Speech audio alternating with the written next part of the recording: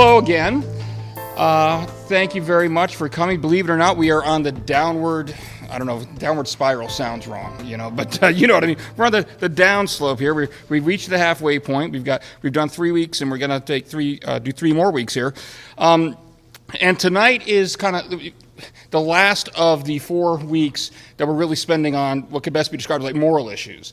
The first week we talked about, well, is God moral or is God immoral? But we were primarily using that to address the five basic principles, which we'll talk about here in a second. And then we have talked about slavery, the issue of slavery. Did God condone slavery? And then we talked last week about genocide. Did God order genocide? And this week we're going to be talking about, does God value women less than men? We're going to be taking on the issue of gender equality. Again, if you're just joining us for the first time, or if you've missed a class along the way, everybody should have the book. You can always catch up that way. And they are on the YouTube channel. Those of you that are watching the videos on YouTube have probably figured out by now there is no rhyme or reason to when they get up. It's whenever my schedule permits it. Week 1, our class was on Tuesday, and the video was up on Wednesday. Week 2, the class was on Tuesday. Video was up, I think, on Thursday or Friday. Week 3, our class was on Tuesday. Our video got up 2 days ago. So it just depends on my schedule and how it works out.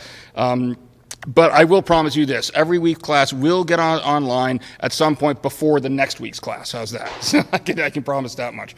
So, no, it should be over by sometime over the weekend at the latest. But anyway, so tonight we're going to be talking about gender equality. Does God value women less than men? And like I've done the last few weeks, what I want to start out with is just a recap of those 5 basic principles that we've learned so far. And these are basic, again, these are not answers, per se, to all of the questions you might come across in the Bible, the difficult passages you might come across in the Bible, but these are ways to find the answers.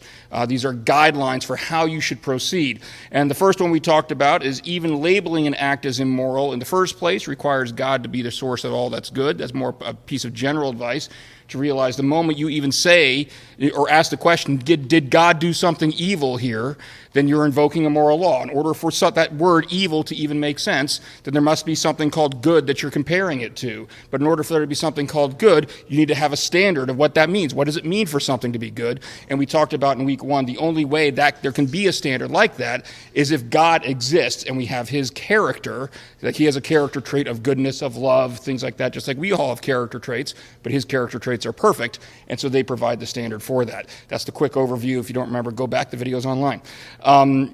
Number 2, just because the Bible records an action does not mean that God has condoned that action. That one's going to come back into play tonight. We'll see that work out a few more times this evening. Number 3, always make sure we take in the entire surrounding textual context before coming to a conclusion. Lots of times when you read these passages, you're reading them in isolation, and if you read even the few verses before and the few verses after, that helps quite a bit. I'm going to give you an example of this that I just came across literally today. I had someone online, I post the videos on various different groups, and I had posted the video of last week's class, the genocide, in several different groups, and there was a person who was challenging my premise that of hyperbole. If you remember last week's class, we talked about that a lot of the what seemed to be very, very broad commands from God about killing men, women, children, and thank you. You remember the donkeys, the poor donkeys. Those were what's called hyperbole. That was very common at the time for military leaders to describe their victories in terms of hyperbole, over-exaggerated, just to explain how severe or how big of a victory it was, not necessarily meant to be taken literally. Well, this gentleman pointed out a scripture, which was, you could see where he was coming from. There was an instance where King Saul was commanded to wipe out the Amalekites, and there was a very similar command, men, women, children, livestock, everything. And when he came back, he didn't. Or he hadn't killed all the animals, and he'd actually left the king alive. All right. Samuel, the prophet, scolded Saul for this, and specifically brought up the fact of, why am I hearing the baaing of sheep, if you really fulfilled the command.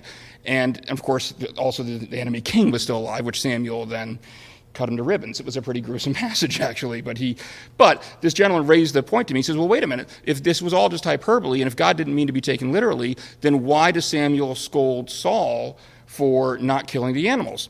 And I said, okay, well, maybe we can say that God, in this instance, literally meant to kill the animals, but do you ever see God scolding somebody for not killing the women and children? You never see that passage. And I pointed out to him, again, this principle we're talking about, looking at the textual context, that exact same story, all right, literally just a few verses before what he was quoting to me, says that they went and they killed all the Amalekites, only the king survived. Everyone else was dead. This is in, I want to say chapter 5 of 1 Samuel. But what does that say to you? That's to be taken literally. That means there were no Amalekites left alive, were there? Not a single one, just the one king, which Samuel then took out and killed himself. Well, guess what happens when we get to 1 Samuel chapter 20, when David is king? All of a sudden, David's having an issue with the Amalekites. And he's having to take out and having a battle with the Amalekites. And I point out, it's like this exact same story that you're quoting to me, if you read the whole context, proves my point. It can't mean literally they killed all the Amalekites. Otherwise, why are there still Amalekites around in chapter 20 of the same book? All right, so that's what I mean by you've got to take into account the full textual context. Look before, look after. If you're reading about a certain subject, whether it be a person or in this case it was the Amalekites, look to see what else the Bible tells you about the Amalekites. All right, and that will help you see through that. All right, principle number 4, there are privileges reserved to God by nature of him being God. And this is where the judge example, where we talked about a judge has the authority to lock someone up in prison for offenses they commit. Private citizens do not have the right to do that. So there's something by the nature of being a judge that gives you the power to do that. If that's true of a judge, it's certainly true of our divine judge, God. And number 5, sometimes our failure to understand a difficult passage is because we're missing some nuance from the original language or the historical, cultural context in which the action takes place. The Bible was not written in 21st century American culture, all right? It was written in ancient Israel between 2,000 to 3,000 years ago, depending on the book you're talking about here. And so we have to keep in mind what the language was at the time, what the culture was at the time when we're reading these passages, because sometimes our misunderstanding is because we're reading it through a 21st century American lens, and that's not what it was intended to be written to. All right, so that's the quick overview of what we learned so far. Those are the 5 basic principles. I've promised you that there is a 6th one coming, and it's coming next week. So you got to make sure you come back next week if you want to get the 6th and final basic principle. That's my tease. All right, so let's talk about this claim that God is sexist, all right? The whole idea, a lot of people look at it and they say, if you look through the scriptures, you will see that God is repeatedly showing preferential treatment for men, using men to accomplish his goals, not using women supposedly, and treating women as all-around second-class citizens. So the first thing I want to do is we're going to talk generally, all right? So the first question I want to ask is I want you to look back at the class, those of you that were here or have watched or have read the session on slavery, all right? And think about what we talked about in regard to slavery, all right? What did we learn about the culture that God was faced with in that regard to that issue and the way he dealt with the issue of slavery that might possibly carry over into this issue about the way of gender roles and gender equality? Anyone have a thought? Yeah. They made sure the slaves and also women and children that there were things that provided for them to be cared for. Right. No matter what role they played in society, he provided ways that they needed to be cared for. Ways they need to be cared for. And remember, we talked about how he established their basic humanity. And what he was doing was he was faced with a culture that had deeply ingrained ideas in it, and he wanted to change the hearts of people.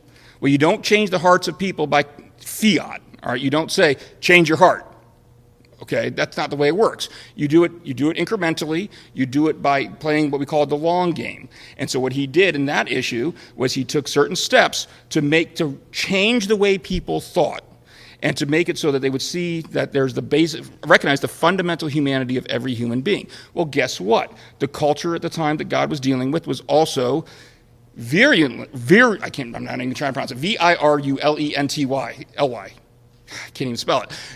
Very patriarchal, right? Very patriarchal, all right, to a fault.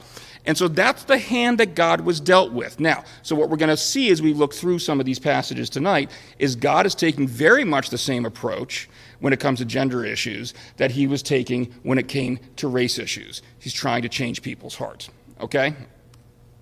All right, so what we're going to do is we're going to start out the class by looking at God's ideal. If we look at Scripture, we can see what God's ideal of equality was from the get-go. All right, and then once we kind of establish what we can find out about how God sees the different genders, then we're going to look at some specific passages that people often bring up to cite to claim that God does not view men and women equally, okay? Now, the first one I want to bring up, actually, is illustrating one of our basic principles, all right? And this is from the book of Genesis, and it's talking about Sarah and Abraham, and it's Genesis chapter 18, verse 12. It is on the top of page 48 of the book if you want to follow along in the book. And this is Sarah talking about her husband Abraham, all right? And this is when God has told them that she's going to have a baby, all right? And she's already old, and she thinks there's no way this can happen. And look what she says. She says, so Sarah laughed to herself as she thought, after I am worn out and my Lord is old, will I now have this pleasure? And the issue people have with this is that Sarah is referring to Abraham as her Lord. She's calling her husband her Lord, which they see as being a subservient role and somehow demonstrating that Sarah is of lesser value than Abraham. So think about our basic principles for a second, all right? If you're looking at the screen, then you can just look at the first question and probably tip you off already to what the answer to this one's going to be. But what basic principle would you look at that we learned from chapter 1 that might help you work out an answer if someone were to ask you, why is God allowing Sarah to refer to Abraham as her Lord?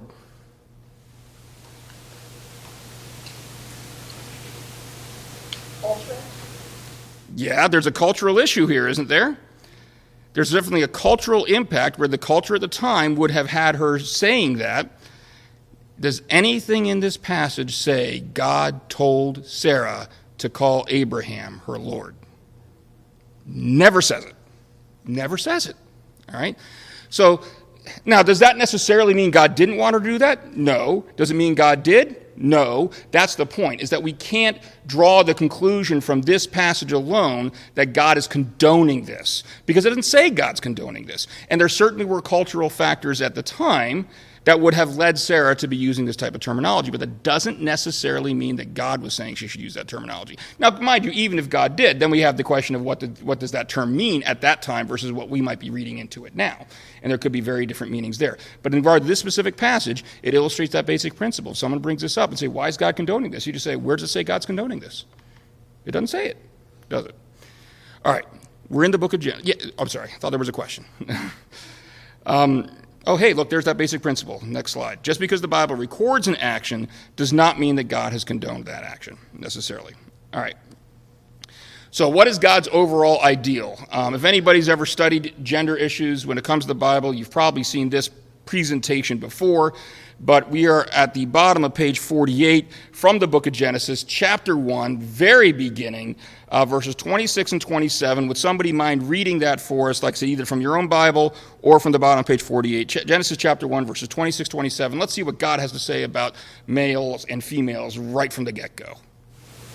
Then God said, let us make mankind in our image, in our likeness, so that they may rule over the fish in the sea and the birds in the sky, over the livestock and all the wild animals, and over all the creatures that move along the ground. So God created mankind in his own image. In the image of God, he created them. Male and female, he created them. All right. What does this passage say about how God made and views men and women? They're equal. He made them both what? In his image, right? Sure. Is it the first part God said, let us make them in our as opposed to later on he uses? All right. This is a very interesting question. For those of you that didn't hear, the question that he raises, in the very beginning you say, then God said, let us make mankind in our image, plural. But there are other instances where he talks about himself in the singular. All right. Why would that be the case? Well, if you were to ask certain religious groups that I would say fall outside the pale of Christianity, I won't call any particular names, but there are groups out there that consider themselves Christian that most mainstream Christians do not. All right. They deny a certain doctrine called the Trinity. all right? And what they would say is that this is an example of the royal we, or the royal plural. You ever heard kings, for example, refer to themselves in the plural? Well, the problem is that is a much later tradition, okay? This is not a plural we. And the reason I say this is not a plural we is because these are literally some of the first words ever spoken in the dawn of the earth. The whole concept of the royal we didn't exist when there were no royals in the first place, all right? And so those people that try to argue that this is a royal we, I take serious issue with, because that tradition didn't exist yet at the time God is using this language. So why would God refer to himself in the plural if there is some aspect of God that is plural? And that's where we get into the Trinity, that God is three persons in one divine nature. This isn't a theology class, but I'll do my best to make it somewhat a very quick answer to it. Moses had known that at the time, or God would have revealed that? I don't know if they knew that at the time, but certainly there's elements of that throughout the Old Testament where you can see things like this that seem to be suggesting some kind of plurality. And I will also tell you that it makes perfect logical sense. Going back to what we talked about in that first basic principle where God is the standard of morality, right? His character has to be perfectly moral. Well, part of that we talked about, he has to have a character trait that is loving, all right? Well, to be perfectly loving, there has to be someone else you are expressing love to. Otherwise, you're just loving yourself. And that's not what we mean when we say that we're describing that character trait of love. We're not describing somebody who's so in love with themselves that they're looking themselves in the mirror all day. No, that's vanity. But still, you get my point, is that in order for God to be the standard of love, there has to be some kind of plurality within God so that one person can be loving another person in order to be expressing that character trait. And so we do have a situation where God is both one and three. And it's not a contradiction. A lot of people will say the Trinity is a contradiction because they're saying God's one and three. It's only a contradiction if you're saying God is one and three in the same sense. Okay? What am I holding up right now? Or? And. Exactly. All right? This is both 5 and 1. All right? But it's not 5 and 1 in the same sense. So it's not a contradiction. If I were to say I'm holding up both one finger and 5 fingers, or I should say only one finger and 5 fingers, that would be a contradiction. All right? But I'm not saying that. I'm saying I'm holding up 5 fingers and one hand. And so as long as you're talking about it in a different sense, it's not a contradiction. So the Trinity is not a logical contradiction. It's hard to understand, but it's hard to really put our head around, but that's to be expected if God is infinite and we're finite, right? So great question. I'm glad you brought it up. Yeah. God had already made his creation, so couldn't he have loved that? Well, but what about before he made his creation? If God is eternal, God is infinite, all right, then who was God loving before there was any creation to be made, before there were any other sentient beings or anything else to love? That's my point. At some point, if God's existed eternally, then at some point there was only God and nothing else. And if he never changes, that's another thing the Bible teaches, God never changes. That means if he's loving now, he's always been loving, even before there was anything that had been created to love. Was he always 3 in 1? He was always 3 in 1, yes. God never changes. Well, But and that's what I mean. The Trinity solves this issue, but if you don't have the Trinity, you've got a serious issue as far as where does love come from? You know, yeah. No, I was going to say, so he knew it was 3 in 1. Who knew? No, God did. Oh, sure, because it was his nature. He didn't know because it hadn't all occurred. We didn't know because God's revelation had... See, we are very lucky sitting here in the 21st century when God's revelation has been complete, you know, because we get to look back on all of this. But if you think of Adam and Eve, literally, at best they had, 26 verses, you know, prior to this point. But then again, they were also living intimately with God, so it's entirely possible that Adam and Eve did appreciate that God was some kind of a Trinity, because they certainly had a closer relationship than we did. Walking in the garden, What's that? if they see God walking in the garden, that would have had to be. That is one argument that a lot of people take, and for those of you that were in worship this past weekend when they talked about at least at 11 o'clock, I don't know if all the services brought it up, but yeah, he was in a sermon. He mentioned Shadrach, Meshach, and Abednego, the 3 that were in the fire, and Nebuchadnezzar said there was another one who seemed like a son of the gods in the fire with them. Some people think that was the pre-incarnate Christ. And so, again, I take no position on that one way or another. We're getting into more theology as opposed to apologetics, and I'll be the first to admit, well, apologetics is a branch of theology, but it's a subspecialty. And so that's something that if you have more detailed questions about this, you know where to find Pastor Jay. But from an apologetic standpoint, I mostly get the contradiction question. But as far as whether or not these were pre-incarnate appearances, I certainly think it's possible, but I'm no more qualified to make that decision than the rest of you are. So. Is there any significance that Eve was made from Adam's rib? Yes, and be patient. We'll get to it.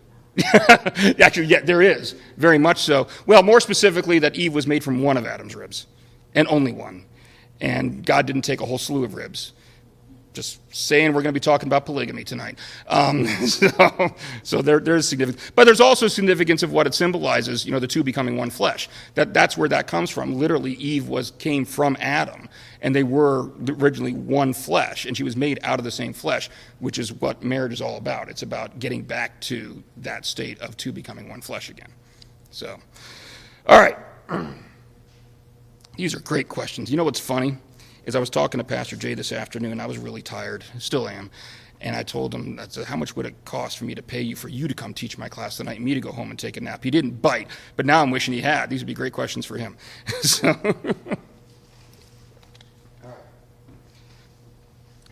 So where were we? We talked about the overall ideal of equality, the idea that right from the beginning, God establishes men and women are both equally created in his image. And keep in mind, this doesn't say they're both created in my image, but men have a little bit more clear image of that than women do. I mean, it doesn't say that, does it? It's equality from the get-go. All right.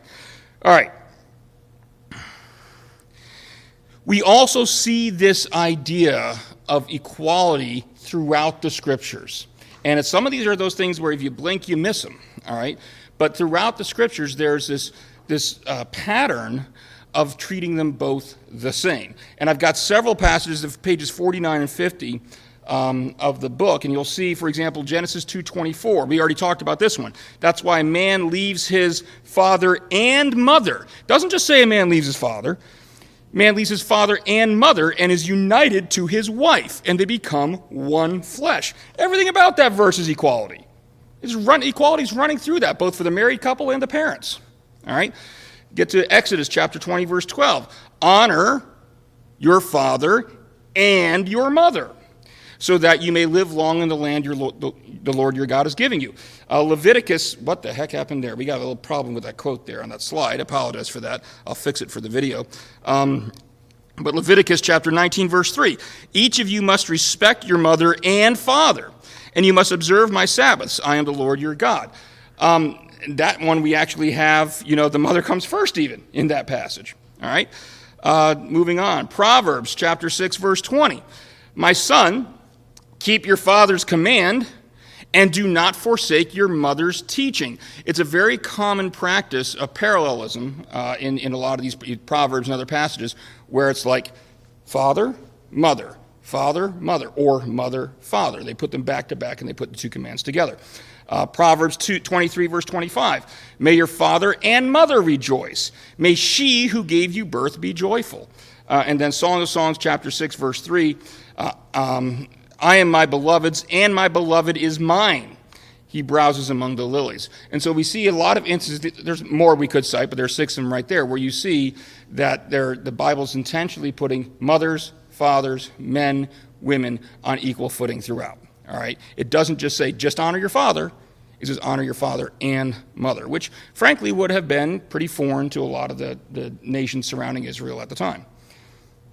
It was probably foreign to even Israel at the time as far as what their culture was saying for them.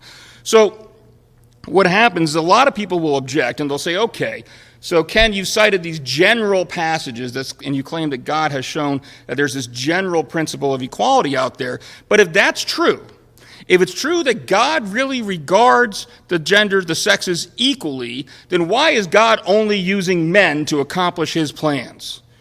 If someone asks you that, you ask them in return, have you actually read the Bible?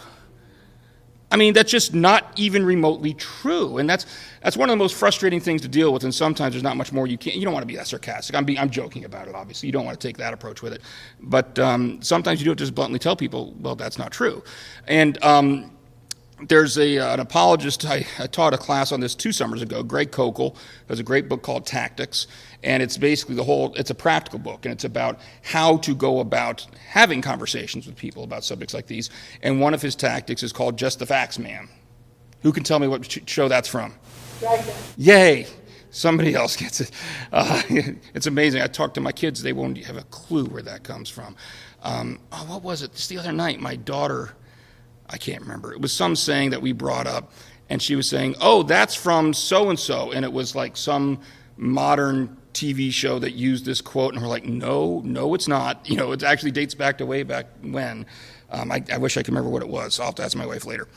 Anyway, the point is here, you do have to know your facts to correct some of these instances when people bring things up like this. And I've given you a few examples right there on the screen, and this is page 50 of the book, of women that God actually used in his overall plan.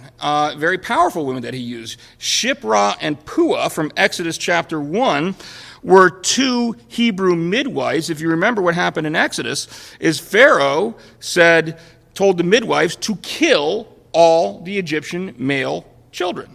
All right? And here's these 2. What do you think would have happened or could have happened to these 2 midwives if they just openly defied Pharaoh's order? Yeah, they're not long for this world, are they? And I'm sure they knew that. They appreciated that. And yet they still turned around and disobeyed Pharaoh and worked out a way and they came up with an excuse. And this is very interesting, another moral question we can ask another time. They lied. They flat out lied to Pharaoh to protect. They said, the Hebrew women are so strong, they're having those babies before we get there. This is what they tried to say. But they saved countless women. Why is that, countless children? Why is that important? Who was saved in Egypt? Moses, right? Moses was one of those babies that was being born that had to be protected, all right? So it's funny because it's one of those things where they may not have realized at the time the significance of what they were doing, and isn't that an important lesson for all of us? We look back on it now after the fact and we see how important their actions were for all of these women, all right? Whereas at the time, they had no way of knowing that. They had no way of knowing that there was going to be this major prophet, this major figure who's going to rescue the people from the Egyptian slavery and lead them into the promised land as a result of what their actions were. They had no way of knowing that, but it did, and God used it. So keep that in mind whenever you're thinking that whatever ministry you're involved with, whatever you're doing, if you're not feeling the impact and you're not thinking, I'm not doing any good in this, you may not be seeing it, but you're doing good, and God can use it. All right, other was Deborah. This is a good one from Judges. Deborah was actually a judge of Israel. For those of you that aren't as familiar with the book of Judges, once they got to the promised land and before they actually had kings, and that's another situation where Israel was being influenced by the lands around them, where they saw everybody else around them had a king. So, God, we want a king. And God said, be careful what you wish for. And they say, we really mean it. And they got Saul. Okay, and that didn't work out so well. But before that, before God gave them what they wanted and gave them a king, they were ruled over a period of time from a series of what are called judges. So when we read that Deborah was an actual judge, meaning people had to bring their disputes to her, and she was deciding disputes between, there could be 2 males coming up, can't figure something out. They got some contract dispute, who knows? Guess who's deciding who's right and who's wrong? It was Deborah, all right? So in the political climate and structure of Israel at that time, other than God himself, there was no higher position than what Deborah held. All right, and the last one we have on there, I've mentioned, I think, in one of the previous classes, was Queen Esther. Queen Esther was faced with, when the Israelites were all in exile, and she had Haman was the king's vizier, and he had tricked the king into signing an order to execute and kill all the Jews. Kill them all. All right? And it was Queen Esther who went in unbidden, uninvited before the king, which was a potential death sentence at that time, even though she was queen. If she came before the king without being requested, without being summoned, she could die. But she did it anyway to make her plea to save the Jews. And again, now in that case, she certainly saw at least some of the impact, but we, looking back on it, see even more of the impact. If the Jews had been killed, there's no Messiah, there's no Jesus, there's no cross, there's no salvation. All right, all through a woman. So if you want to say that God didn't use women in his ultimate plan of salvation, you're not familiar with the Bible. You're just not. He did use both men and women. Did he use men more often? Yes, we have to concede that he did. Was he dealing with a patriarchal society where that was going to be the practical effect? Yes, he was. Okay? But every time God uses a woman to accomplish these goals, understand he's directly challenging that patriarchy. Directly challenging it, saying, look, women can do it too. All right? Every time he does that. All right. Let's take a look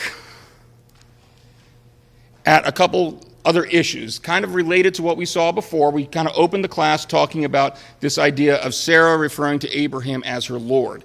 What I wanted to now, we've seen that the overall scheme that God has in place is for equality between men and women. They are both of equal value. All right, they're both perfectly capable of doing what God wants them to do to help bring about his ultimate plan.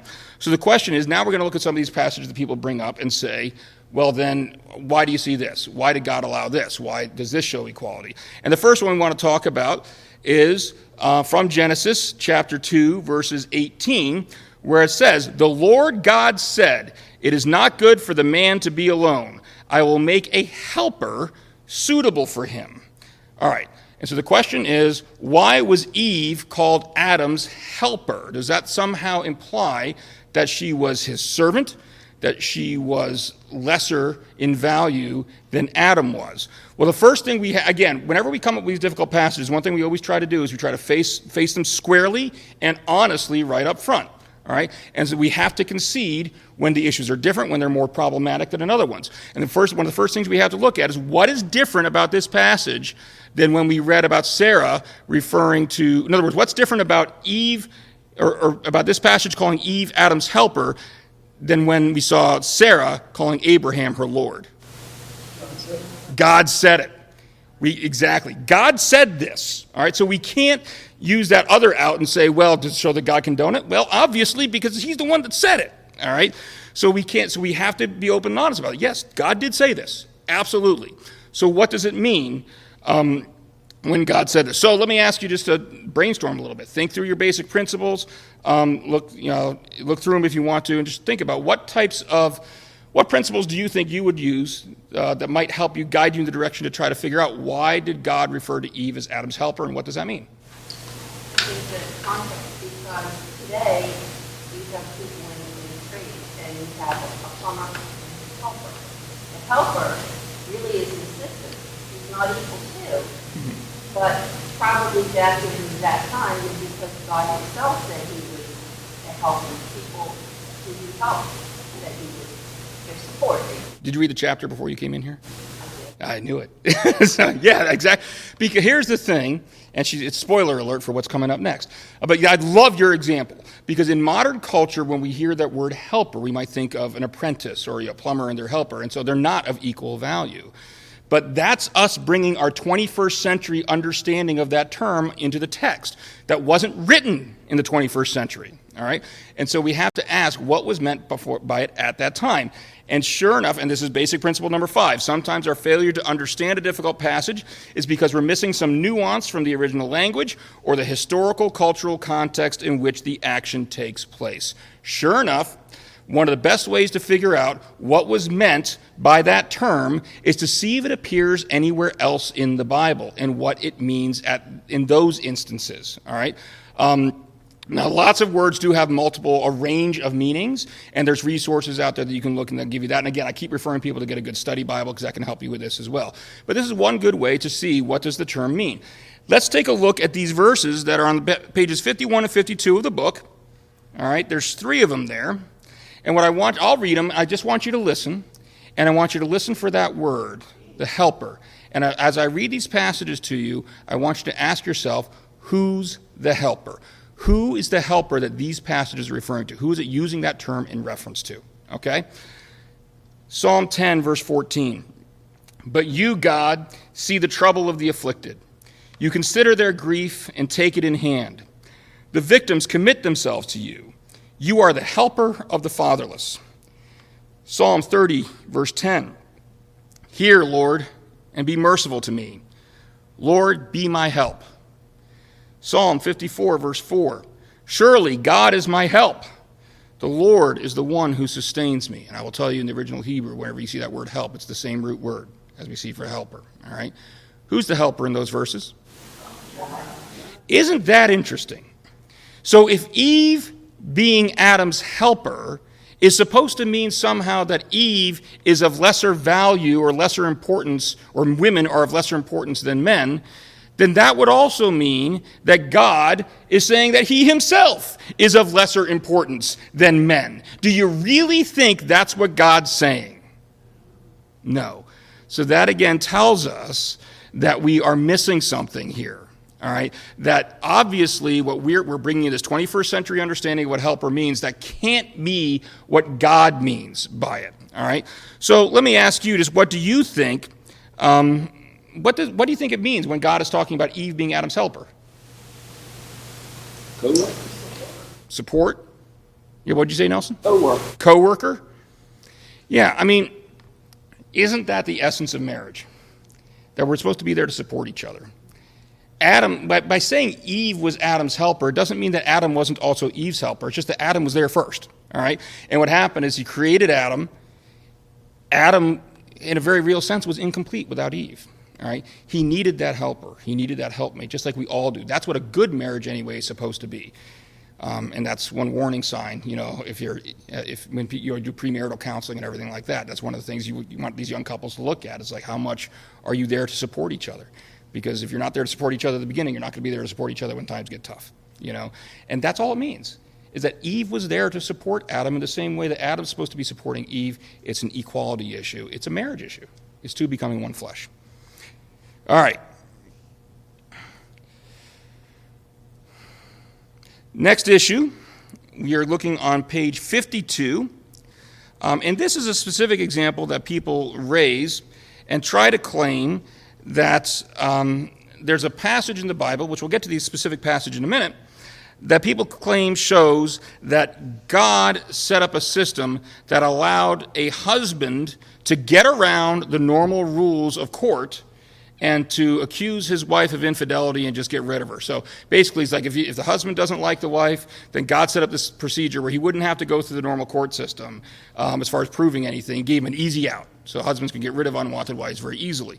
Now, first thing I want to know, you understand, is what that court system is. All right, and that's what we've got on the screen right now, Deuteronomy chapter 19, verse 15, where it says, "One witness is not enough to convict anyone accused of any crime or offense they may have committed. A matter must be established by the testimony of 2 or 3 witnesses."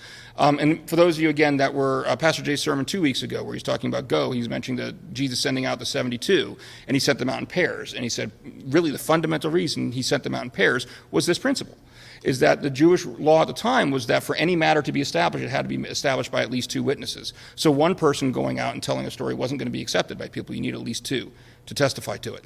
Same thing happened when you were accusing somebody of doing something wrong in court or accusing a spouse of infidelity.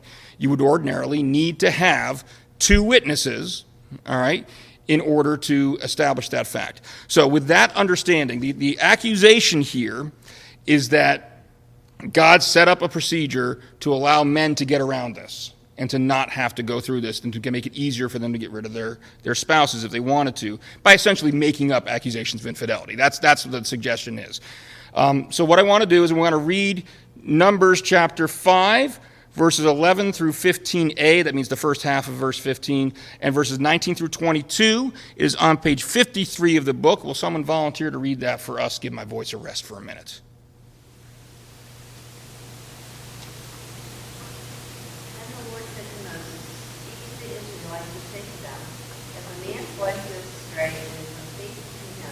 So that another man has sexual relations with her, and this is hidden from her husband, and her impurity is undetected, since there is no witness against her, and she has not been caught in the act. And if feelings of jealousy come over her husband, and he suspects his wife, and she is impure, or if he is jealous and suspects her, even though she's not impure, then he is to take his wife to the priest. Then the priest shall put the woman under oath and say to her, no other man has had sexual relations with you, and you have not gone astray and become impure while married to your husband, may this bitter water that brings a curse not harm you.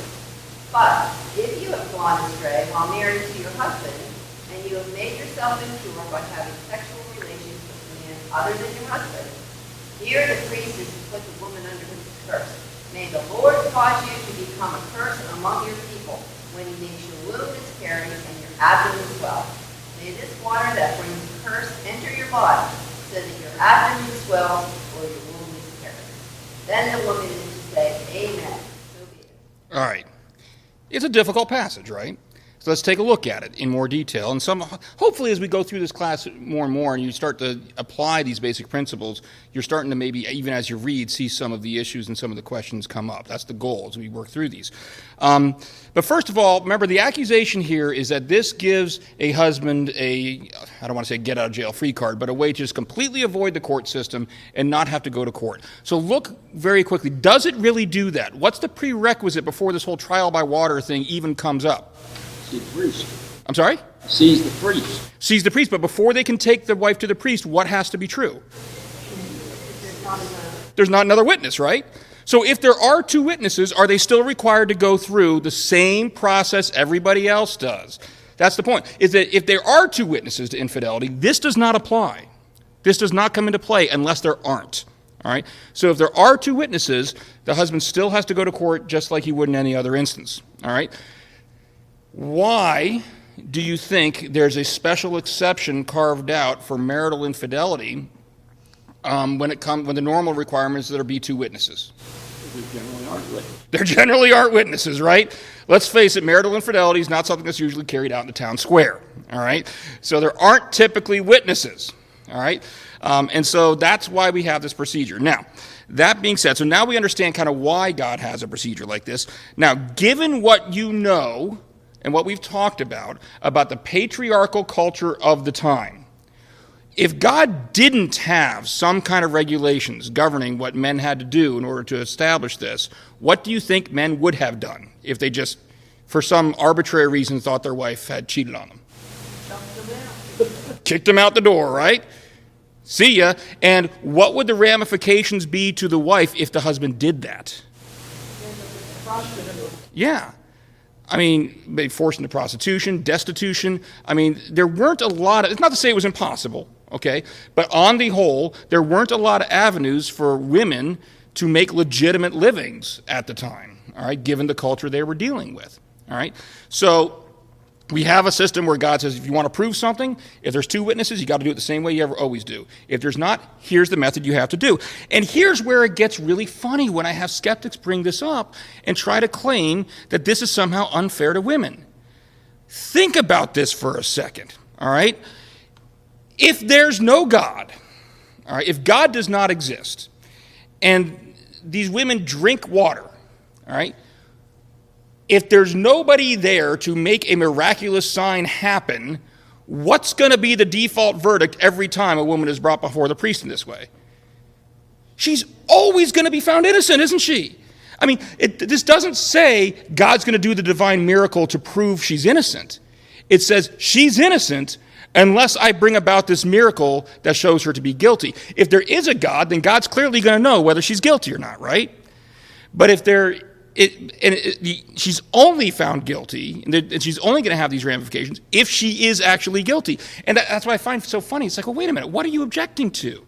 If you don't believe in God, then why do you have a problem with this? Because if God's not there to make the womb swell just because she drinks water, then every woman is going to be found not guilty, whether she did it or not. So what's the issue here, you know? So it's one of those things where you just kind of stop and think it through for a minute. This clearly is a mechanism, something that God put in place to protect women against the patriarchal structures of the time. The idea was being that if you don't, the only way that a husband would be able to accuse a wife of infidelity was either to have at least two witnesses to prove it, or to have God come in and perform a divine miracle to prove it. That was it. Absent that, they're going to be found not guilty.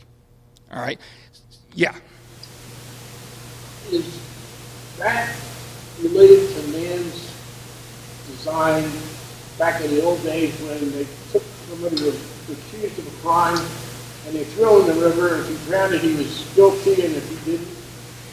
It is, a lot of people will draw those parallels, but here's the significant difference. In those different types of trials, by fire, by drowning, by stone, whatever, usually the way those were structured is that the default was they're going to look guilty. It was kind of like, well, if we're going to tie a stone to your feet and drop you in a river, if you managed to come back, well, then I guess you were innocent. But if you drowned, you were guilty. So it was flip-flopped. God flipped it. But the other thing is, all those are man-made things unrelated to God. Right, exactly. And this requires now, the objection is, it could be raised that could some ne'er-do-well priest put something in the water to create, But and that would cause a miscarriage. but is that what God is ordering here?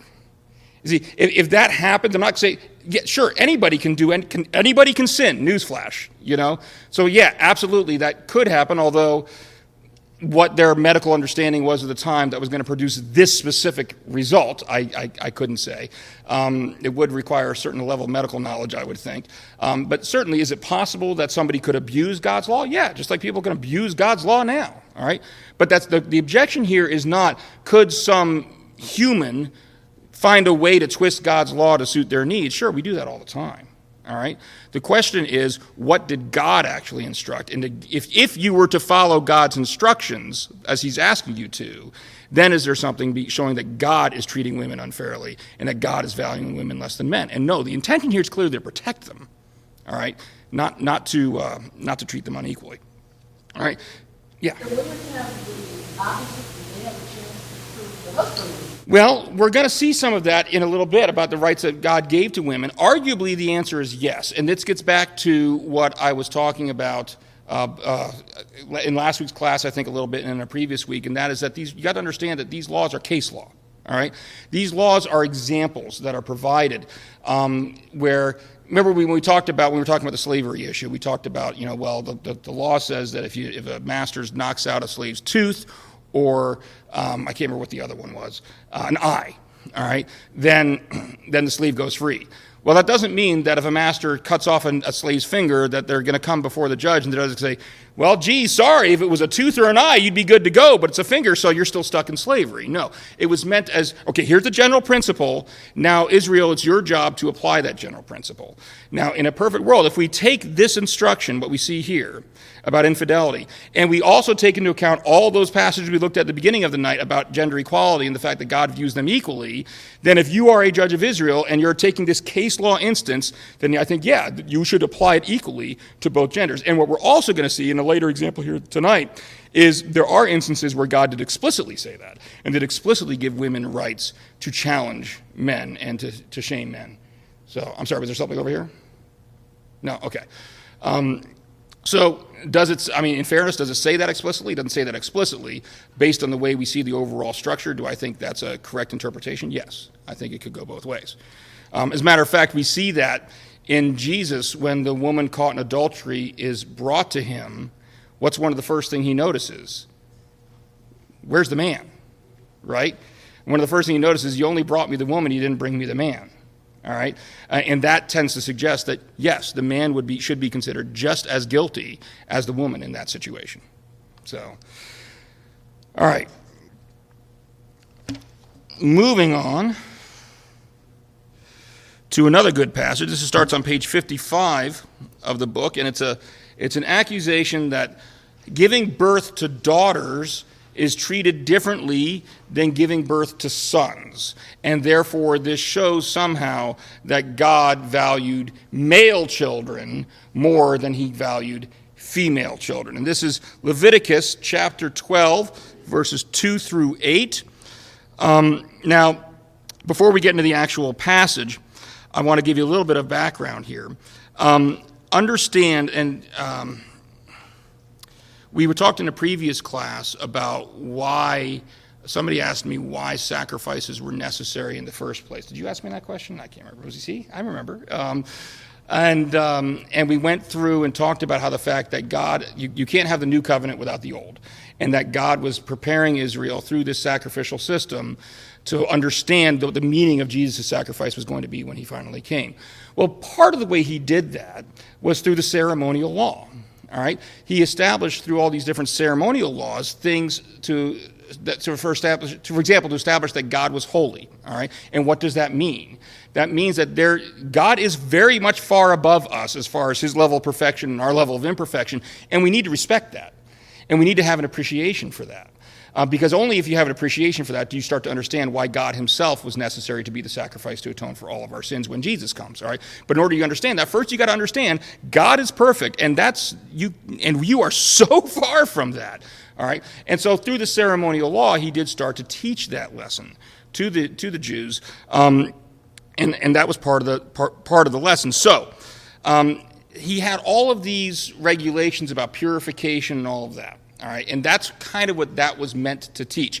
Are we subject to those purification laws now? No, because that lesson's been taught. Jesus has come. We get that. All right, but that was the purpose at the time. Behind, in case you're wondering why all these purification laws, it was to try to teach people at the time so they would appreciate how holy God was and how much lesser we are in our imperfection, so that we understand our need for a Savior. All right, when that time came. All right, that being said, let's take a look at this passage, Leviticus chapter 12, verses 2 through 8. Will someone read that one for us, please?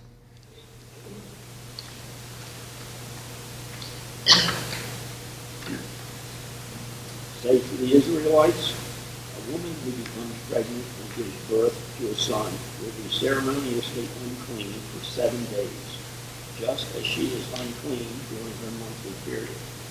On the 8th day, the boy is to be circumcised. Then the woman must wait 33 days to be purified from her bleeding. She must not touch anything sacred or go to the sanctuary until the days of her purification are over. If she gives birth to a daughter, for 2 weeks the woman will be unclean as during her period. Then she must wait 66 days to be purified from her bleeding.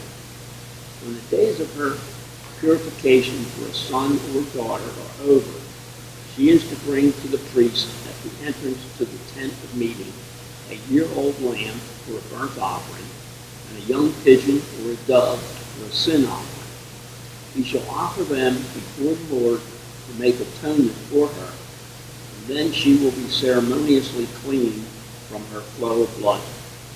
These are the regulations for the woman who gives birth to a boy or a girl. But if she cannot afford a lamb, she is to bring 2 doves and 2 young pigeons, one for a burnt offering and the other for a sin offering. In this way, the priest will make atonement for her, and she will be clean. All right. Again, let's face it square off from the get-go. All right. Are there differences between the way God is treating the birth of a male versus the birth of a female in this passage? Yes. What are they?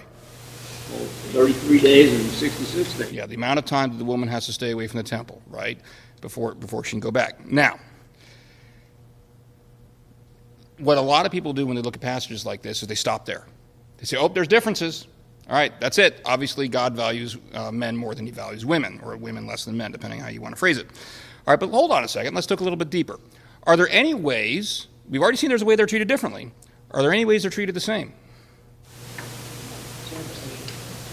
Well, we'll get to circumcision in a minute. You're right, we're coming up on that.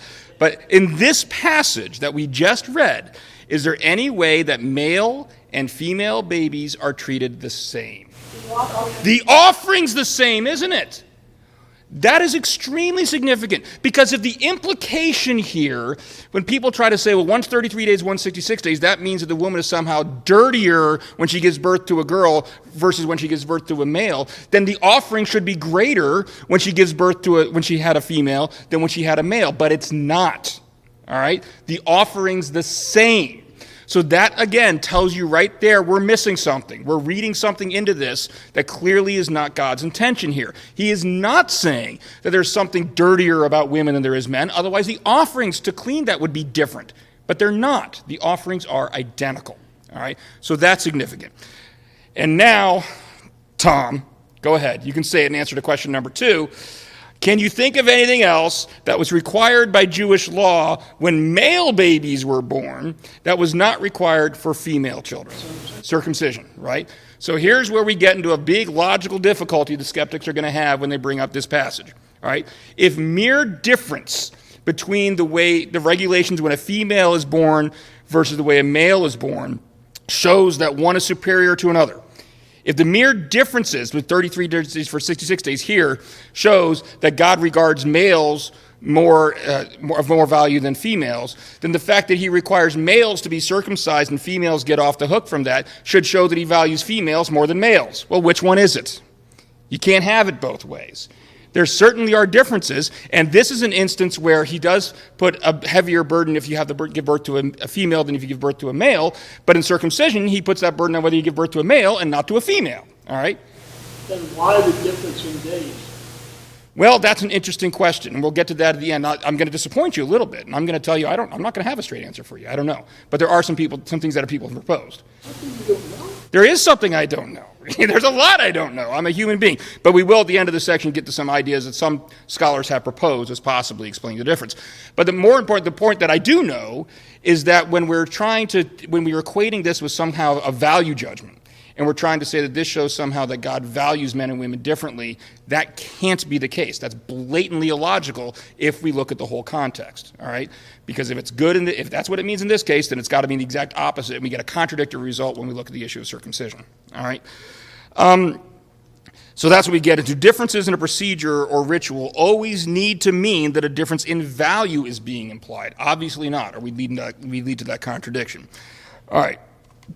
And then we get into what we've looked at, kind of with that basic principle about God condoning. Just because the Bible describes something doesn't mean God condones it. It doesn't quite apply here. This is obviously a regulation that's being handed down by God. But the last question I have on there is, does the text say anything explicitly about God preferring one sex over the other? It doesn't say that. That's something we're reading into it. All right, that's something that modern cultures are reading into it. And so now, I want to be fair. All right. It's not explicitly there. So the fact that it's not explicitly there means we shouldn't be drawing conclusions one way or another per se, all right? Just because it's not there doesn't mean God doesn't prefer one over the other, all right? But it also doesn't mean he does. And so you look at these outside factors, and that's what we've been doing. When you look at these other things, like the fact that the offering is the same, like the fact that male babies are required to be circumcised and females were not, all right, then we start to see, okay, then it can't be a value judgment because that wouldn't make sense of these other scriptures. And that's the same approach that I talked about at the beginning of the class that I took with that gentleman online, all right? What lots of times happens is people look at one passage in isolation and they'll start drawing conclusions from that, and they don't look at the overall context and other passages. Whatever conclusion you come to about a passage has to be consistent with the rest of Scripture. It can't contradict what else we see God saying otherwise. Just like he was trying to say, well, when Samuel criticized Saul for not killing the animals, that must mean that God meant these regulations to be taken literally. Well, then how does that explain this in the very same chapter, them saying that all the Amalekites were killed, and then we see them come back 15 chapters later? That can't be the case, because what you're advocating for, the interpretation you're advocating, would contradict another passage that comes just shortly beforehand. Same thing here. If we try to say this is making a value judgment, it's going to contradict other passages. So that can't be what's going on. All right. Let's see. So let's take a look here. Well, we talked about that already. Sorry, I'm flipping through my slides, but Tom kind of beat us to the punch on this one. That passage is the one on circumcision. Yes, males have to be circumcised, females don't. We already talked about that. All right. Moving on. Before we get to that last, the next topic, I do want to fulfill my promise, somewhat of a promise to Bill. I don't know if it's really my promise that I'm not going to give you an answer. But this is, if you have the book, it is on page 58 of the book, where some of the ideas that some scholars put out there as far as why. I don't know exactly why God gave these different restrictions. Some scholars have proposed that God was protecting women from, shall we say, overly ambitious husbands. The idea of making them ceremonially unclean for a longer period of time meant the husband couldn't be trying to have sex with them right after she gave birth to a girl. Why would God want to do that? Because they lived in a patriarchal culture where men wanted sons. All right, and so one possible proposal is God's doing this to prevent husbands from being disappointed with their wives because they didn't understand X, Y, and Z chromosomes, I guess, at the time, and that was really all their fault. But they'd blame the women for giving birth to a daughter and say, "Nope, I want a son. Let's go." So God put down a restriction to kind of let heads cool for a while before that happened. That's one proposal, one possibility. I'm not saying it's true. It's just one thing that's out there. Another proposal that some people have made is that it was a trade-off for the fact that boys had to be circumcised and girls didn't. that they're basically two ways of establishing different things, but not requiring women to go through circumcision. All right? And the third proposal out there is that it was keeping the mothers away from the temple for a longer period of time as almost a symbolic gesture.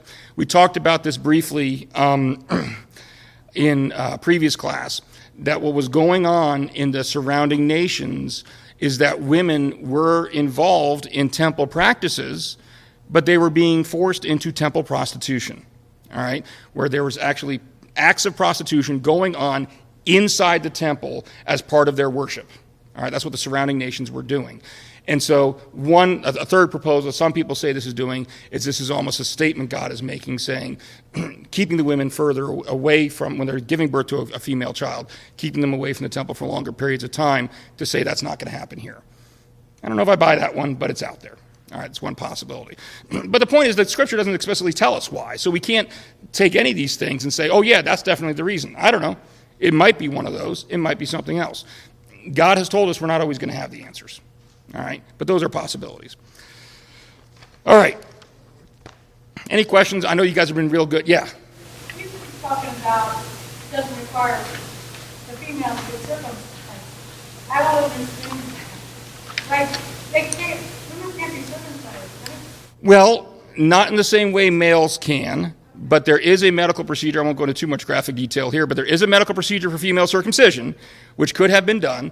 And maybe because that's frankly even more, I think, of a medically traumatic experience than a male circumcision is, that may be, I got to be honest with you. If any of those three proposals that I just rattled off are the right one, that's the one I kind of personally favor as being the most likely, that God was saying, I'm not going to require women to go through that. So instead, we're going to do this, but there is a possibility of female circumcision. Men don't have to go through childbirth. So, I think the women that's a lot worse than being circumcised, if you're an infant. I agree. And I don't think that the childbirth issue is, well, that's Adam and Eve's fault, but no, I'm sorry, but I don't think I don't think necessarily God's drawing a parallel. Childbirth per se is not, I don't think, what creates the ceremonial unclean nature. One thing you realize if you look at these ceremonial laws, I got news for you. It's anything that involves blood. Anything that involves blood. That's why the Good Samaritan, the parable of the Good Samaritan, the thief who's beaten on the side of the road, that's why everybody's passing him by. Because if they touch him because of the blood, they're going to be ceremonially unclean. Anything that involved blood was considered ceremonially unclean. Why? To show the significance of Jesus' blood shed for us on the cross, coming down the line. So I don't think the parallel is necessarily through childbirth per se. That's again, I don't know. I'm not advocating any one of these particular results. I don't know why God did it. I don't. And we're not always going to have the answer. But I do know this: it's not Him saying that women somehow are of lesser value than men. All right. But the blood of the sacrifices, though, they were kind of preoccupied with that quite a bit. You had to slash that jugular, and you had to drain that animal, and so their blood made, okay, it wasn't human blood, but they kind of really got into that blood thing. They did, because again, this is where we get into that, and this is, I love my Jewish friends and everything out there, but the fact that there's no temple anymore, I still think is a big theological issue. Now, I know they look at their Judaism very different than we do. But because the ceremonial laws, again, God was teaching a lesson at the time. He was teaching the significance, the fact that Jesus was going to shed His blood for us and what that was going to mean. Jesus never should have had to shed His blood. And the idea is that it was through His blood and the filthiness of that whole scenario of Him being crucified, the horrifying nature of it, is what we deserved. And so what God is trying to do is He's trying to show the significance, I think, the theological significance of blood. And so He's trying to say, throughout all of these different ceremonial procedures or ceremonial laws, blood makes someone unclean. Blood is unclean, blood is unclean, blood is unclean. The idea being so that you would understand that when Jesus is hanging on the cross and He's bleeding, it's our uncleanliness that He is bleeding, that's coming out of Him, that's up there on that cross. And it's another way of pointing to our sin being cast upon Him in that moment. And so it's part of a bigger picture. But it's again, it wasn't spoken to a culture at our time. We've got to keep in mind that this is God's way of teaching this lesson to a people who were surrounded by and were used to sacrificial systems already. I mean, that's what was going on. This idea of sacrificing animals and everything was certainly not unique to Israel. The difference was, of course, they were also sacrificing children and other things like that, whereas God said, no, you're not going to be doing that.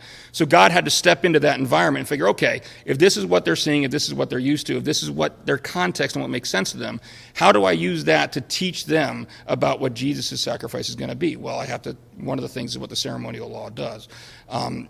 And so he uses that to show that the uncleanliness of blood, and so that's what the ceremonial law did. Now that Jesus has died on the cross, none of that serves a purpose anymore. I mean, there would be no reason now to go back to animal sacrifices because the whole purpose of them was to point towards Jesus who was coming down the line. Jesus has already come, so they would serve no purpose anymore. And frankly, they didn't really serve any purpose then as far as accomplishing anything, and the Bible is clear about that. They didn't actually accomplish the forgiveness of sins. That wasn't their point. The point was to illustrate what Jesus' ultimate sacrifice was going to accomplish down the line. So I'm not God, so take it for what it's worth. I do the best I can. But that's my best 2 cents as far as why God was doing this.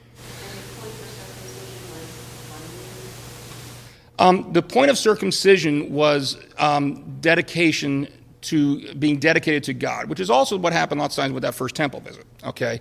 When the child was first brought to the temple, which is maybe why we're seeing the parallel and the differences in the days there. The best modern Christian analogy I can give to you is baptism. All right, it's a very, and that's where you get into some theological differences between the denominations as far as, infant baptism versus believer baptism, things like that. But regardless, in both, the idea is this: whether you're dedicating yourself to God or whether the parents are dedicating the child to God, the idea is we're dedicating this life as being dedicated to God. The boys were being dedicated to God, but the girls weren't. Well, no, not necessarily. It was a symbolic gesture, just like, I've got... If you... Let's say somebody dies before they get baptized. Does that mean that they can't go to heaven? No. All right, it doesn't necessarily mean that. So it was, and again, this is me. I don't have the answer. I don't want to sound like I'm saying this is definitively the way it is. But if you look at it, God says, okay, I want a symbolic gesture. And understand circumcision wasn't unique to Israel either. All right, we tend to think that it was. It was not. It was another one of those practices that was being done in some of the nations around them. But not for this purpose. And so what God did is he took something that was already being done, and then he applies it puts his message behind it. But then my thinking is, okay, so genders are equal. So if he wants to take this thing that's already being done and use it to show that these people are being dedicated to him, okay, well then if he wants to be equal, then he should also have the same procedure apply to women. But like we've already talked about, female circumcision I think is a much more serious procedure than male circumcision is. So he could be looking at that and saying, no, I'm not going to do that. So it's not that females aren't being dedicated. They are. That's, like I said, that's part of the purpose of bringing them to the temple when they're babies to begin with. And so, but what he's doing is he's saying, well, they're going to do it after 66 days instead of 33 days, but they're still being dedicated just in a different way. I guess the reason I'm asking is, when I think about, you have a son and you have a circumcised, to me, I always loved it. The reason we do it now is cleanliness and safety. And better help as they grow up. I'm not a doctor. The rituals that they had back there about cleanliness, maybe they would come together. That's all I would think. There is a school of thought that says that. There's differences in medical opinion as far as whether or not it actually serves a medical purpose or not. I'm not a doctor, so I'm not going to opine one way or another on that. But if you look at Genesis, when God is first telling Abraham to circumcise his children, it is a matter of dedication, of dedicating his children to the Lord. All right. All right. I'm glad I gave you the book because we're probably not getting through everything in the next 15 minutes, but we'll see what we can get through. This is great. I love this. This is what, when I first started this class and I said it's going to be more of a discussion-oriented class than everything we've done, this is what I'm talking about. This is what I want it to be. This is why you have the book. So if we don't get through everything, you got the book. Take it home. Take a look at it. All right. All right. Another passage here that is often used is Deuteronomy 25, verses 5 through 10. And I've captioned this, where women traded from brother to brother. It's another issue in the Mosaic Law, that some people think shows that women were treated like mere property to be passed around from brother to brother.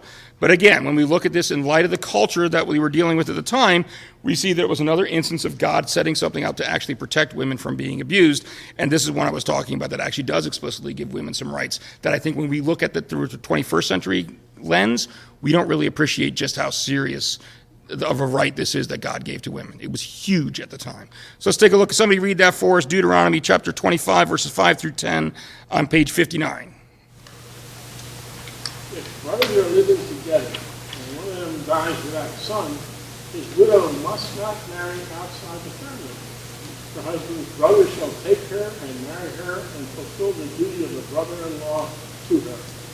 The first son she bears shall carry on the name of the dead brother, so that his name will not be blasted out from Egypt, blotted out from Egypt.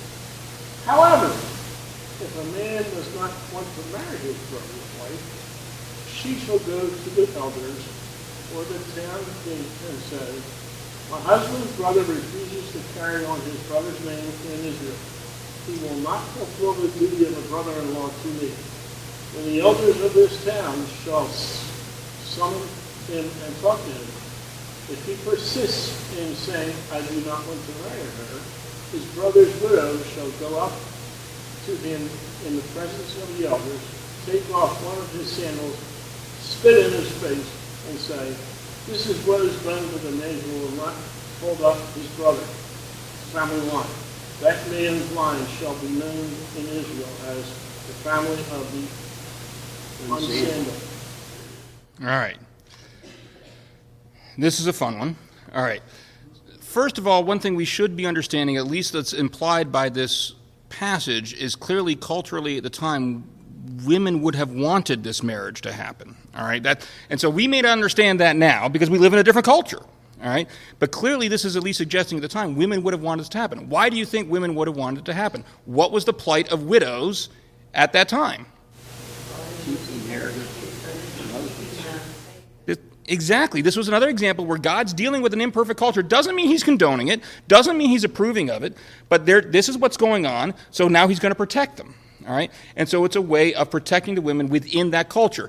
And just like we talked about with slavery, what you've got to understand is, again, there's nothing here explicitly saying God is condoning the culture at the time. What God is doing is he's establishing procedures saying, no, you shouldn't be treating women this way, with a goal towards gradually implementing, changing people's hearts so they'll start to see their way around. Yeah. What happens if that brother-in-law is married? Does it go to the next? It would move on, yeah. Yeah, it would move on.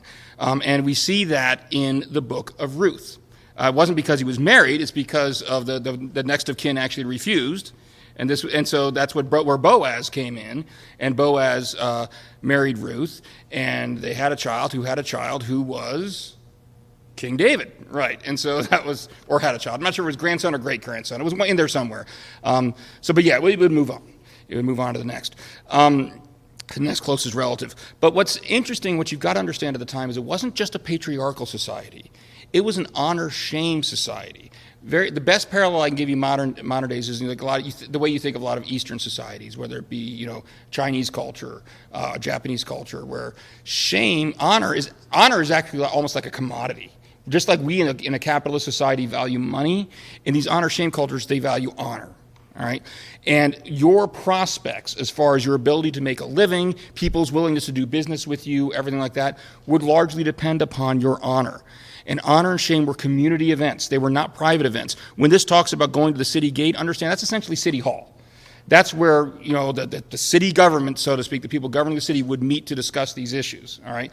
So this is a public event that everybody's going to, and what it allowed a woman to do was to openly shame this man who refused to obey this law in front of everyone.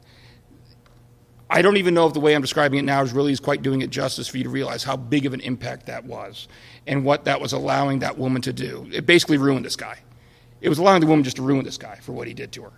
All right, that would be unheard of in any of the cultures around. The fact that a woman could do that. And if we have time, we're going to see the way that a lot of cultures at the time viewed women when we get to the very end of the chapter.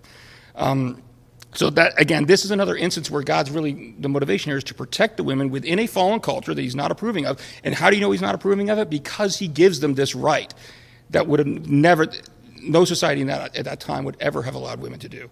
And yet if they're following God's law, they're supposed to allow this woman just to tear into the sky and ruin them. What if there's no other brothers available?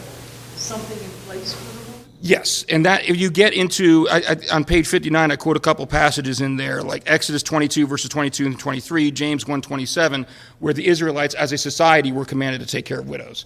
And so if there was a woman who was left without an option, then they were supposed to take care of her. Now, did they do that? Obviously not, but they were supposed to, according to God's law. All right. I will kind of gloss over this one because, again, we are running short on time. But page 60, I talk about Numbers 27, verses 1 through 11. And this is another example where God is chipping away at the way the culture viewed women and women's rights. What we saw there was two women whose father had passed away, didn't have any sons, only had daughters. And so the law and the way people were thinking of at the time, well, the daughters can't inherit anything. So if he didn't have sons, but he had brothers, for example, then all of his estate would go to the brothers, to the male heirs. And so these women came to court and basically said, that's not fair. You know, what about us? We're his children. Shouldn't we be allowed to inherit before our uncle or our father's brothers should? And guess what God said? Yep, you're absolutely right. It's a direct, now, does this go as far as we would like? No, because in this particular scenario, we got a situation where there is no male heir. There are no children, nor no male children, rather. There are only daughters. And so we certainly would like to see a situation where God is affirming in the Bible that if there's male and females, they all get everything equally, but that situation just didn't present itself, and it probably wasn't likely to in that culture. All right, the culture at the time, that case never would have gone to court, because as wrong as it is, it just would have been given to the male heirs right off the bat. But this presented a unique situation that allowed God to start to chip away at that culture and to say, even though the culture was saying, no, the estate can only go to men, God was saying, no, that's not true. These women have the right to inherit their father's estate. So that's the reason I threw that one in there. I encourage you to read that later. Let's answer one of the big ones. This is starting at page 61. Why were there no female priests? I was hoping, part of me was thinking, well, maybe we'll run out of time, won't get to this one. No, I'm kidding. This is an important one to get to, all right? And so what we see we won't read them too. I got those passages. They're on page 61. They're on the screen. Exodus chapter 28, verse 1, 1 Chronicles 23:13. I'll just lay out for you that there's no real dispute that God did, in fact, when he was establishing the Aaronic priesthood. In other words, the priests for Israel who were descended from Moses' brother Aaron were to be male. All right? They were his male heirs and Levites. All right? That much is true. So then the question becomes, well, why would God do that? First of all, was that God's ideal vision, or was it the result of fallen humanity, that they ended up having a solely male priesthood? Well, what we see here in Exodus chapter 19, verses 3 through 6, this is on page 61 through 62, we talk about, this is right before God speaks to Moses on the mountain. All right, and he's talking to the Israelites about, what's going to happen, what's he going to do. He's taking them out of Egypt, and we get about halfway down there, and he says this. He says, now if you obey me fully and keep my covenant, then out of all nations you will be my treasured possession. Although the whole earth is mine, you will be for me a kingdom of priests and a holy nation. All right? He's speaking to the nation as a whole, the Israelites as a whole. We see that throughout the whole passage. And he says they will be a kingdom of priests. Never makes a gender distinction. Never says, and the men among you will be my kingdom of priests. Doesn't say that. And so this is at least suggestive that the ideal, this is again before the golden calf, all right, what God is telling them is, if you do what I tell you to do, and you obey me, and I'm kind of answering some of the questions because we're short on time here, but who does this passage say would be priests? Seems to suggest everybody, meaning they'll all have that ability to communicate directly to God, like we do today under the new covenant, all right? What conditions are placed upon the nation in order for that to happen? You've got to obey my covenant. Do what I tell you to do. Anybody know? Did Israel do that? They didn't even make it till Moses got down the mountain before they broke it, okay? I mean, they were building a golden calf right off the bat. And so what we see at the beginning, God sets up the standard, says, you're all going to be priests, all right? You're all going to have the special relationship with me if you keep my covenant. They didn't keep the covenant. What did they do? And this is critical. Instead, what they did, and this is Exodus chapter 20, verses 18 through 21. It says, when the people saw the thunder and lightning and heard the trumpet and saw the mountain in smoke, they trembled with fear. They stayed at a distance and said to Moses, speak to us yourself, meaning Moses, and we will listen. But do not have God speak to us or we will die. No, they wouldn't die. God just told them if they did what they were told, they would all be able to be priests and be able to speak to him directly. All right? And they were already in trouble. He came down, the calf was already there, and they were out of all. But then the question then becomes then, how did we end up with a male priesthood? All right, well, we see at the beginning, the very beginning, the start at least, why we initially had a male priesthood is because Moses was a guy. All right, I mean, that's really what it boils down to. And the people said, Moses, you be our priest, is essentially what they were doing. You be our intermediary between us and God. So the Israelites themselves started that ball rolling. Now that raises a legitimate question, though. All right, why did God keep it rolling? All right. Everything around them was situated that way, with the men being priests in the other religions. In the other religions in the surrounding nations, although the women in the surrounding nations did play a role in the temple worship, what role did they play? They were prostitutes. And so this is not me saying this is definitely the reason why God did it. I don't know, but I think it's a plausible reason why God, at least at that point in time, kept it that way. Is what do you think if he started saying women have to be involved in the temple worship as well? What do you think the men would have done to them? Forced them into temple prostitution, most likely. Yeah. Miriam did she was cursed. Did she get leprosy or something? Moses' sister Miriam? Yeah. I'm not sure. Did something, and God punished her. So I wonder if that's another reason why they didn't have a woman priest at that time. Possibly, but I don't know. I can't answer that.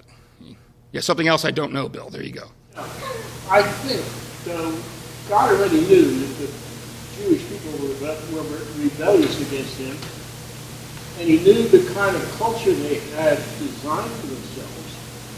And if he all of a sudden would have come out and said, you're a priest, that would be so counterculture that would even drive them further away from him. That's another possibility. It could be another example of God playing the long game. But what we see when God sets up that standard at the very beginning, when he said, if you follow my covenant and all that, you will be a kingdom of priests, understand that's pointing to what happened today. You all sitting in this room today, whether you were male, whether you were female, do not need to go to Pastor Jay and say, Pastor Jay, I want to have a request I want to bring to God. Can you bring it to him for me? You can pray to God directly yourself. And it's because of what Jesus did on the cross to fulfill all these old covenants. And it's gender equal. It doesn't matter. That's what God was referring to. Could be the case if they had obeyed his covenant. But you're right. They weren't going to. They were imperfect fallen humanity. All right. Let's see. So then the other question that arises, people will say, well, wait a minute. If God kept this ball rolling, maybe we've hit on the reason why God continued to have a male priesthood. But the objection is that God supposedly didn't even use women in religious leadership positions. Is that true? No. This is another question was, have you read the Bible? All right. All those women that you see listed at the bottom of the screen, Miriam, Deborah, Huldah, Anna, these are all women who are listed in religiously significant roles, largely prophets. All right. They are referred to as being prophets of God.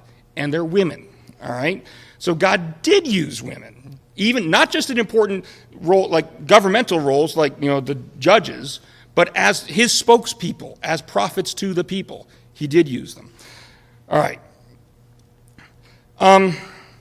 We are running out of time. We've got like 2 minutes left here.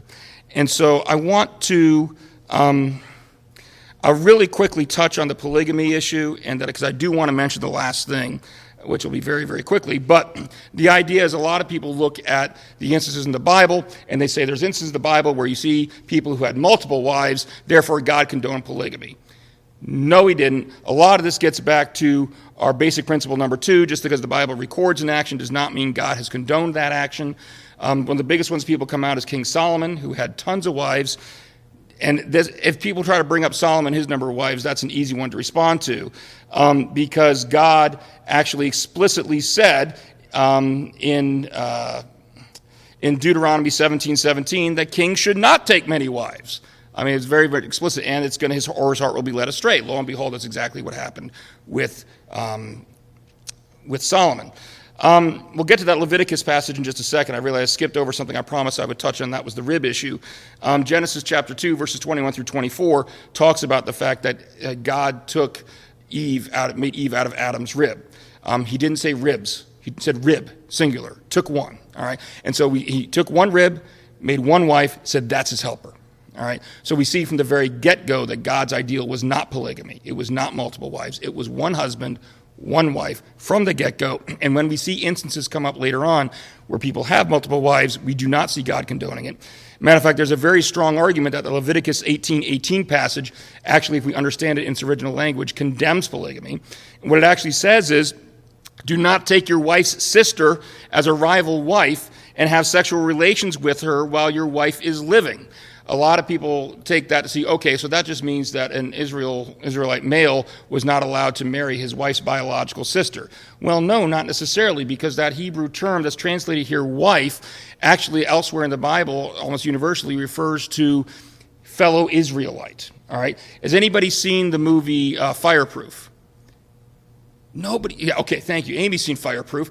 There's a scene in there where this is the one with the fight with Kirk Cameron, and he's a firefighter, and he finally comes to accept Christ, and he's there in the firehouse with his best friend, firefighter friend, who's also a Christian, has been pushing him the whole time, telling him about Christ, and his friend gets so happy to hear that he's finally accepted Jesus. He says, "All right, you're my brother from another mother." All right, and Kirk Cameron's like, "What?" No idea what he's talking about. That's the kind of the best parallel we can make here, is that we are all brothers and sisters in Christ. And just like in Israel, this term was used to mean your fellow Israelite. And so really what this is saying is it's not limited to your wife's biological sister. It's talking about your wife's sister in the sense that another female Israelite. And when you take that in connection with the fact that elsewhere male Israelites were already prohibited from marrying non-Jewish women, all right, as a practical effect, what this did was saying, you can't marry anybody else. All right? You can't marry any other non-Jewish women. You can't marry any other Jewish women, which means you're stuck with the one you got, so choose wisely to begin with. Okay? Premarital counseling, another good advocation. All right. In closing, the last thing I want to mention, and I know we're running late today, I apologize. If God really valued women less than men, then why did he give to women what I believe is arguably the highest honor in Scripture? All right?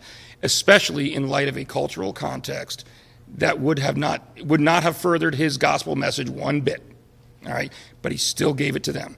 When we read Josephus is a Jewish historian who wrote in the 1st century, just a few years in the same century as Jesus' crucifixion, just the second half of it. In his book, The Antiquities of the Jews, he says this, "But let not the testimony of women be admitted on the account of the levity and boldness of their sex, since it is probable that they may not speak truth, either out of hope of gain or fear of punishment." And the Jewish Talmud says, "Any evidence which a woman gives is not valid to offer. This is equivalent to saying that one who is rabbinically accounted a robber is qualified to give the same evidence as a woman." The Jewish people at the time, how did they regard the testimony of a woman? Zilch. And yet, who were the first witnesses to Jesus' resurrection? Women. It was the women. You cannot say that God did that because he thought it was going to further his gospel and make it more likely that people were going to believe that Jesus actually rose from the dead. It wouldn't. It would have the opposite effect in the culture at that time. And yet people would dismiss them outright. And yet women got that privilege, not men. Why? If God really valued men more than women, why did women get that privilege and men did not? I'll close with that question. The last slide I've got up there is the last thing I like to do. And that's what at the end of every class, I like to wrap it all up. Because again, when you go through these things incrementally, sometimes you lose sight of the big picture. People want to say that God values women less than men. What did we see? We saw in tonight's class that both men and women were equally made in God's image.